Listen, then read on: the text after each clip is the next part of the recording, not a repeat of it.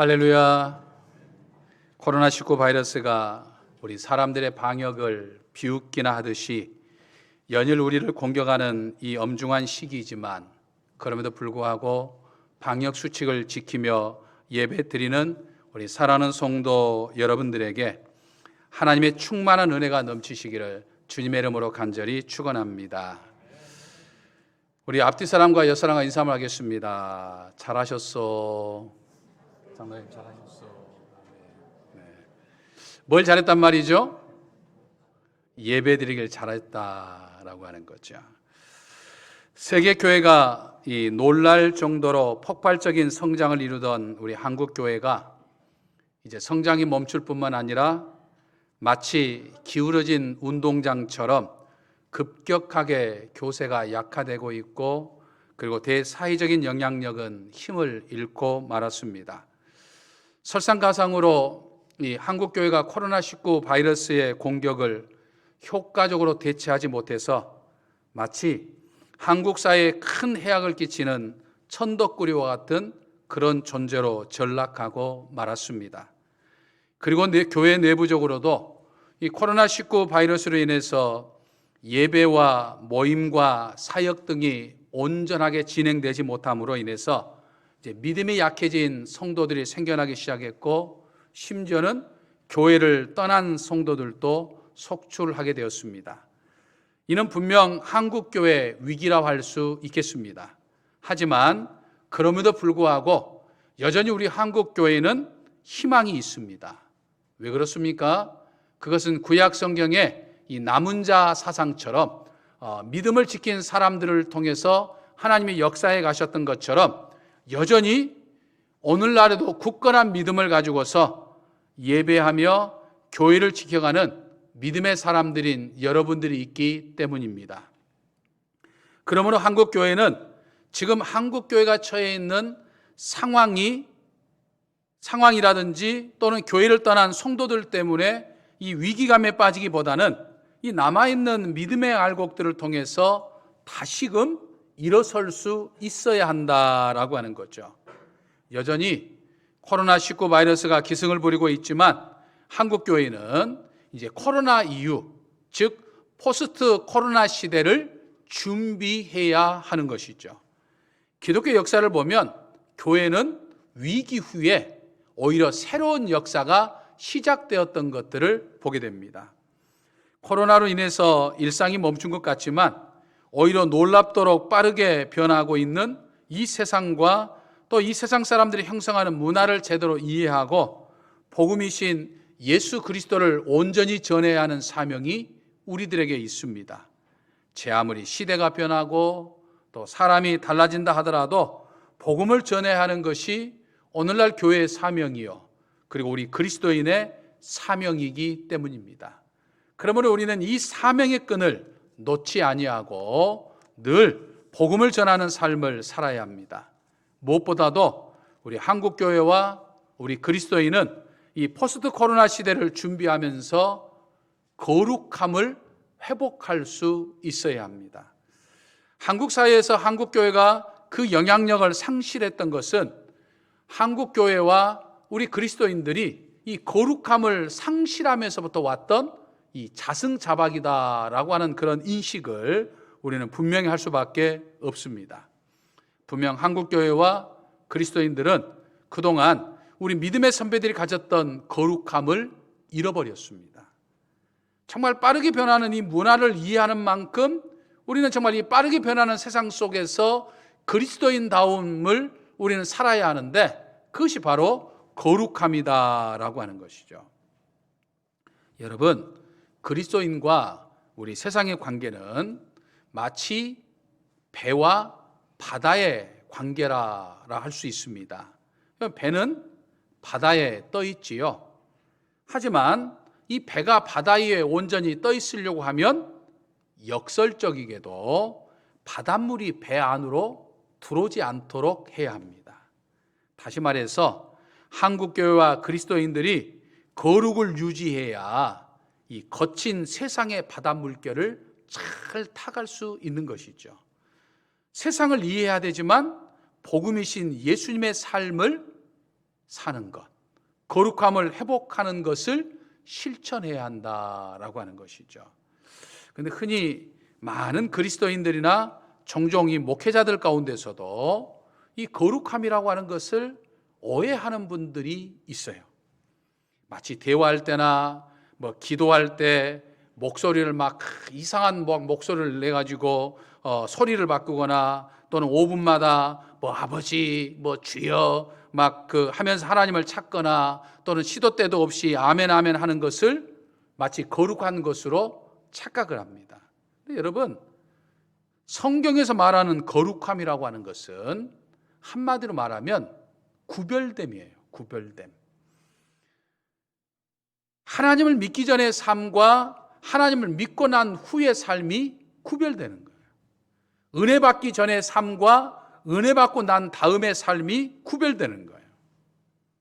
그런 의미에서 사도 바울은 이 바울 서신을 통해서 이 초대교회 성도들에게 이 구별된 삶, 즉 거룩한 삶에 대해서 거듭거듭 권면을 합니다. 너희들이 예수님을 믿게 되었으니까 예수님을 믿기 전에 옛사람을 벗어버리고 예수님을 믿고 난 다음에 새 사람의 옷을 입어라. 다시 말해 거룩한 삶을 너희들이 살아야 한다. 구별된 삶을 살아야 한다라고 하는 것을 이야기하고 있죠. 오늘 본문 말씀도 이 성도의 거룩한 삶을 위한 이 권면의 말씀인 것이죠. 그래서 여러 가지 말씀들을 지금 하고 있지만 오늘 우리는 정말 우리가 어떻게 해야 거룩한 삶을 살아갈 수 있겠느냐, 포스트 코로나 시대를 준비하면서 이 땅의 그리스도인으로서 살아가는 우리의 신앙의 삶이 어떤 삶을 살아야 거룩한 삶을 살 것이냐라고 하는 것을 세 가지만 먼저 생각해 보고자 합니다. 무엇보다도 먼저 우리가 이 포스트 코로나 시대를 준비하기 위해서 우리가 거룩한 삶을 살려고 하면 제일 먼저 내 언어의 습관이 바뀌어야 합니다. 예수님을 믿기 전에 내 언어의 습관과 예수님을 믿고 난 후에 내 언어의 습관이 달라지는 것이 거룩함입니다. 어떻게 달라져야 합니까? 먼저 정직해야 합니다. 여러분 25절을 보면 사도 바울은 거짓을 버리고 참된 것을 말하라 이렇게 권면합니다. 여러분 그리스도인은요 말을 잘하는 사람이 아니라 바른 말, 참된 말을 하는 사람이 그리스도인입니다. 근데 정말 안타깝게도 그동안 세상 사람들은 우리 그리스도인들을 가리켜서 어떻게 이야기합니까? 말을 잘한다고 이야기합니다. 그나마 그건 다행이죠. 말만 잘한다 이렇게 이야기를 합니다. 바른 말 한다고 이야기하지 않습니다. 참된 말을 한다고 이야기하지 않습니다. 내 입술에서 거짓을 멀리해야 거룩함이에요. 사람들이 거짓말을 많이 하는데 거짓말을 하는 이유는 욕심이 많아서 그렇죠. 자신의 욕심을 채우기 위해서 조그만 사실을 과장하거나 또는 심지어는 있지도 않는 허황된 말을 지어내거나 조작하거나 은폐까지 합니다. 또 사람들이 거짓말을 하는 것은 열등감 때문이에요. 그러니까 자신 안에 있는 어떤 부족함을 감추기 위해서 혹시 다른 사람이 나를 무시하지는 않을까 하는 생각에서 거짓말을 하는 거죠. 그래서 경력도 막 부풀리고 문서도 막 위조하는 것이죠. 또 사람들이 거짓말을 하는 것은 교만하기 때문입니다. 다른 사람보다 더 우월하다고 하는 것을 드러내고 싶기 때문에 거짓으로 막 부풀리죠. 그래서 열등감과 이 교만이 같이 하면 이 거짓말을 더 자주 하게 되는 것들을 보게 되는 거죠. 또 사람들이 거짓말하는 것은요 살아남기 위해서죠. 혹여 내가 정직하게 말하면 손해볼 것 같으니까 거짓말을 하죠. 정직하게 말하면 혹시 곤란해질까 봐 눈을 징끔 감고 상황을 모면하려고 거짓말을 하곤 하죠. 또 사람들이 거짓말을 하는 것은요 불의한 세상에서 자기 자신을 합리화하다 보니까 거짓말이 습관이 되어버렸습니다. 또 진짜 딱한 사정으로 거짓말을 하는 경우도 있죠. 다른 사람에게 해를 끼치지 않는 어떤 선의의 거짓말도 하는 경우도 있어요. 그러니까 다양한 이유로 거짓말이 판을 치는 이 세상에서 우리 그리스도인들은 거짓말하지 않고 정직한 것이 거룩함이다라고 하는 것이죠. 여러분, 복음이신 예수 그리스도는 진리 그 자체입니다. 진리 자체란 말은 예수님에게는 거짓이 없다는 이야기예요. 그러므로 예수 그리스도와의 영적 교제가 깊어지면 깊어질수록 내 안에서 거짓말은 사라지는 거죠. 우리가 진실을 말할 때 하나님의 영이 역사를 합니다. 하지만 우리가 거짓말을 하면요, 사단의 영이 역사를 하게 되는 거예요. 하나님께서 진실한 말로 세상을 창조하셨던 것처럼 이 사탄 마귀도 거짓의 언어를 가지고서 세상을 지배하고자 하고 세상을 부패시키고 사람들을 타락해 시키는 거예요. 그러니까 여러분, 내 입술이 사탄 마귀의 놀이터가 돼서는 안 됩니다. 내 입술과 내 언어는 누가 역사하셔야 됩니까? 하나님이 역사하셔야 돼요. 그 어느 누가 들어야 될 말이 아니에요. 오늘 예배드리는 내가 들어야 할 말이에요. 내가 진실한 만큼, 내가 정직하게 말하는 만큼 이 포스트 코로나 이후에 한국 교회는 희망이 있는 거예요. 아멘이십니까? 다음으로 여러분, 내 언어 습관이 바뀌어야 되는데 어떻게 바뀌어야 되냐면 내 언어에는 사랑이 있어야 합니다. 에베소서 4장 15절을 보면 사도 바울은 그런 이야기를 합니다. 오직 사랑 안에서 참된 것을 하여 범사에 그에게까지 자랄지라. 그는 머리니 곧 그리스도시니라 라고 말합니다. 여기서 참된 것을 하란 말은 참된 말을 하라라고 하는 것인데, 어디 안에서 참된 말을 하라고 그랬습니까? 사랑 안에서 참된 말을 하라라고 하는 거예요. 그러니까 이건 뭘 이야기합니까? 내가 무엇을 말하느냐, 이것보다 더 중요한 것은 내가 어떻게 말하느냐가 더 중요하다는 거예요. 근데 오늘날 사람들이 말하는 것을 보면, 사람들이 말하는 이 진리라고 하는 것이, 내가 바른 말 한다, 진리의 말한다, 정의를 이야기한다 라고 하는 그 말들이 너무 싸나워요. 너무나 공격적입니다. 하지만 우리 그리스도인들은 진리를 말하고 정직하게 말하고 진실하게 말하되 사랑을 담아서 말해야 된다라고 하는 것이죠. 이것이 우리 그리스도인의 거룩함입니다. 그러니까 진리를 이야기하고 바른 말을 하되 그 말 속에 사랑이 담겨져 있어야 그게 진정한 거룩한 언어 생활이다라고 하는 것이죠. 그러므로 포스트 코로나 시대를 준비하면서 이제 여러분들의 입술이 진실하되 사랑이 가득하시기를 주님의 이름으로 간절히 축원합니다. 다음으로 내 언어 습관이 바뀌어져야 되는데 29절을 보면 내 언어에는 더러운 것이 없고 선한 말이어야 합니다.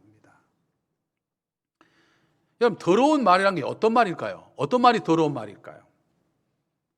남을 비방하는 말, 냉소적인 말, 공격적인 말, 부정적인 말, 화를 내면서 하는 말, 음담패설의 말, 폭력적인 말, 이런 말들이 더러운 말들이에요.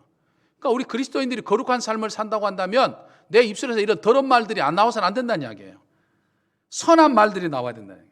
그런데 이 더러운 말들, 비방하고 냉소적이고 부정적이고 공격적이고 화를 내고 음담패설이고 폭력적인 이 말들이 세상에서 너무 많이 들리는 말들이에요. 흔히 사람들이 평균적으로 하루 동안 말하는 것이 15,000마디 말을 한다고 그래요. 여자들이 남자보다 말을 좀 많이 한다고 그래요. 그래서 21,000마디 정도를 한다고 그래요, 하루 동안. 근데 남자들은 하루 동안 한 7,000마디 정도 말을 한다고 그래요.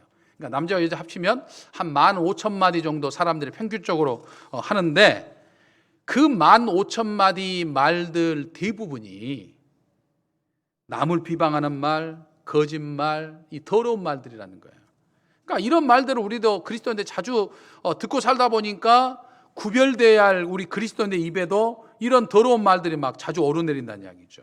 여러분, 오늘 내가 하루 동안 사람들을 만나서 많은 이야기들을 할 것인데, 내가 하루 동안 했던 말들을 한번 전부 다 모아가지고 영상으로 한번 쫙 보여준다고 한다면 더러운 말들, 선한 말들이 어느 정도가 이 비율로 구성이 될까요? 사랑하는 성도 여러분, 내 입에서 나오는 말은 더러운 말이 아니라 선한 말이어야 합니다. 아멘이십니까? 이게 거룩이라 이 말이에요.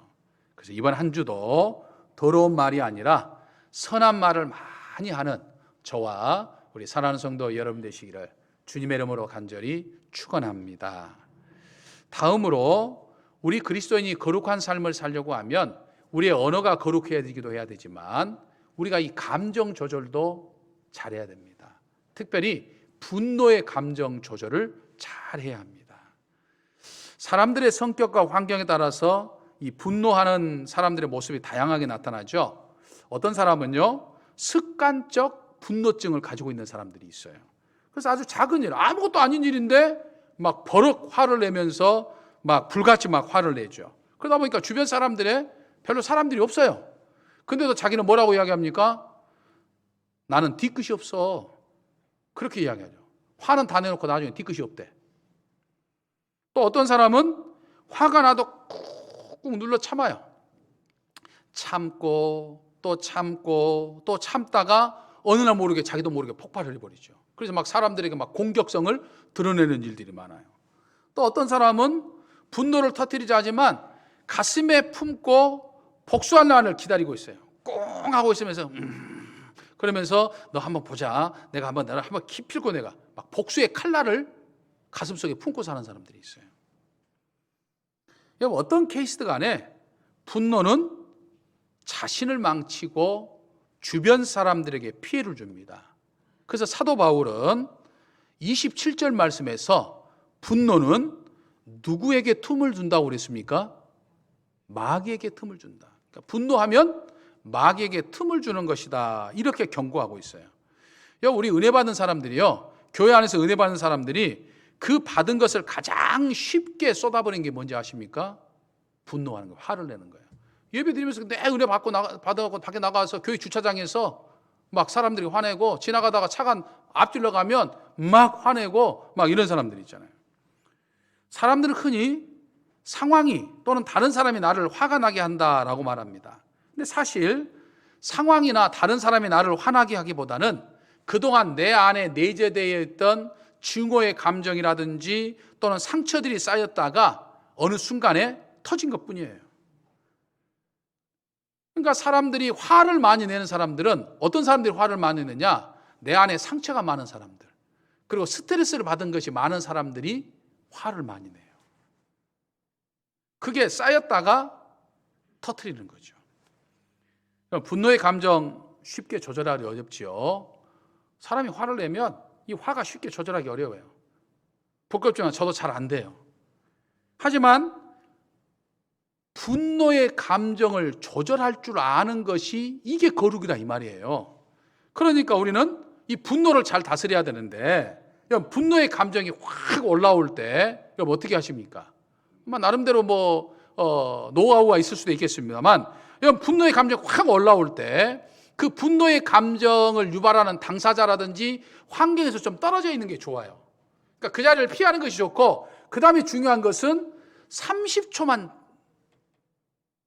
참아보는 거예요. 30초. 딱 30초만 조절하면 되는 거예요. 근데 이 30초를 어떻게 조절합니까? 쉽지 않죠. 그러니까 주기도문을 외운다든지 사도신경을 외우는 거예요. 막 안에서 막 속이 막 부글부글 끓어요. 전능하신 내 아버지 하나님을 내가 믿사오며, 사도신경 외우는 거예요. 하늘에 계신 내 아버지. 이렇게 하면서 여러분 주기도문이나 사도신경 외우면 30초 갑니다. 그렇게 하면서 내 감정을 좀 조절할 수 있어야 돼. 이 훈련이 우리에게 있어야 된다라고 하는 거예요. 여러분, 그리스도인이 가장 그리스도인답지 않는 행동 가운데 하나가 뭐냐면 화를 내는 거예요. 그렇기 때문에 우리는 이 거룩한 삶을 살기 위해서 이 화를 우리는 조절할 수 있어야 되는 거예요. 그러니까 내가 분노의 감정을 잘 조절한 만큼 나는 거룩한 삶을 살고 있는 거예요. 그러므로 분노의 감정을 잘 조절함으로써 세상 사람들 앞에서 거룩한 삶을 사는 저와 우리 사랑하는 성도 여러분 되시기를 주님의 이름으로 간절히 축원합니다. 마지막으로 우리가 거룩한 삶을 살려고 하면 여러분 게으르지 않아야 합니다. 부지런해야 됩니다. 사도 바울은요 28절에서 그런 말을 합니다. 도둑질하는 자는 다시 도둑질하지 말고 돌이켜 가난한 자에게 구제할 수 있도록 자기 손으로 수고하여 선한 일을 하라라고 말하죠. 여러분, 여기서 도둑질하는 것은요 단순히 남의 물건, 남의 집에 들어가서 물건을 훔치는 것을 말하는 게 아니에요. 자기가 땀 흘리지 않고 남이 땀 흘린 것을 공짜로 먹는 것을 가리켜서 도둑질이라고 말하는 거예요. 그러니까 하나님을 잘 알지 못하는 사람들이 흔히 이 도둑놈 심보가 있죠. 땀 흘려서 정당한 대가를 받기보다는 노동을 경시하여 쉽게 보려고 하고 한탕주의 같은 그런 생각을 갖게 되는 거죠. 일을 적당히 하려고 하는 거죠. 직장에서도 그냥 적당히 일하다가 퇴근하는 이런 것들이 도둑질이라 이 말이에요. 그러니까 직접 내 손으로 수고해서 내가 힘써 부지런히 일해가지고 정당한 대가를 통해서 심지어는 어려운 사람을 도와줄 정도가 되어야 그게 거룩한 삶이다라고 하는 것을 이야기해요. 불안당이라는 말이 있습니다. 불안당. 무슨 말입니까? 아니불자에 땀 한자에 무리당자죠. 그러니까 무슨 말입니까? 땀을 흘리지 않고 거저 먹으려고 하는 사람들이 바로 이 불안당이다라고 하는 거죠. 불안당 심리가 있으면요, 나라가 망해요. 일하는 사람들은 점점 줄어들고 놀고 먹으려는 사람들이 점점 많아지는 이 불안당들이 많아지는 나라가 결국에는 국가 부도 사태를 맞이했던 것들을 보여주고 있어요.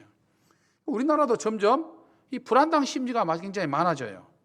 하지만 하나님의 사람들은 부지런히 땀을 흘려서 내 손으로 수고해서 부지런히 일해야 된다 이 말이죠. 그리스도인은 직장에서도 거룩한 삶을 살아야 됩니다.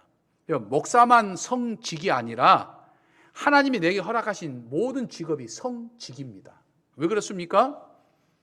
그 직업에서 내가 지금 일하는 그 직장에서 내가 지금 가지고 있는 직업에서 하나님의 영광을 드러낼 수 있기 때문에 모든 직업이 성직인 거예요. 직장에서 게으르지 아니하고 열심히 일하는 것이 거룩이요 성직이 되는 것이에요. 그러니까 우리 그리스도인들은 직장에서도 불안당가처럼 일하면 되면 안 되는 거예요. 여러분, 직장에서 성경을 보는 것 거룩한 거 아닙니다. 성경을 사모해서 나는 직장에서도 성경을 봐, 이게 거룩한 게 아니에요. 그리고 직장에서 성경 읽다가 직장 상사에게 들켜가지고 책망을 들었어요. 나는 의를 위해서 핍박받은 거야. 아니에요. 직장에서 성경을 읽으려고 하면 업무 시작 시간보다 더 일찍 출근해가지고 성경 읽고 업무 시간이 돌아오면 일을 해야 되는 거예요. 아니면 점심시간에 성경을 읽든지. 여러분, 회사가 회사원을 고용하는 시간은 회사 거예요. 회사가 나에게 월급 주면서 아침 9시부터 저녁 6시까지 이 시간은 회사가 나한테 내 시간을 산 거예요. 그러니까 나는 월급 받으면 그 시간만큼 일해야 되는 거예요. 이게 그리스도인의 삶의 모습이에요. 이것부터 경건이 시작되는 거예요. 그래서 우리 그리스도인들은 부지런해야 한다라고 하는 거죠. 더러운 언어에 사탄이 역사하고 분노하는 사람에게서 사탄이 역사하고 게으른 사람에게서도 사탄이 역사하는 거예요. 믿으십니까? 이번 한 주도 정말 내 언어를 통해서 내 감정 조절을 통해서 내 부지런한 행동을 통해서 정말 거룩한 삶을 사는 저와 우리 사랑하는 성도 여러분 되시기를 주님의 이름으로 간절히 축원합니다. 할렐루야. 코로나19 바이러스가 여전히 기승을 부리는 이때 저희가 무엇인가를 계획하고 준비한다는 것 참 쉽지 않지만 상황이 어떠하더라도 저희들이 하나님의 자녀답게 그리스도인답게 거룩한 삶을 살게 하여 주옵소서. 저희의 언어가 거룩하게 하시고 저희의 분노를 잘 조절하게 하시고 게으르지 않고 부지런하게 하여 주시기를 원합니다. 저희의 거룩한 삶으로 인하여 포스트 코로나 시대에 복음이 더욱더 확장되게 하시고 선한 영향력이 더욱더 커져가게 하여 주시옵소서. 우리 주 예수 그리스도의 이름으로 기도하옵나이다. 아멘.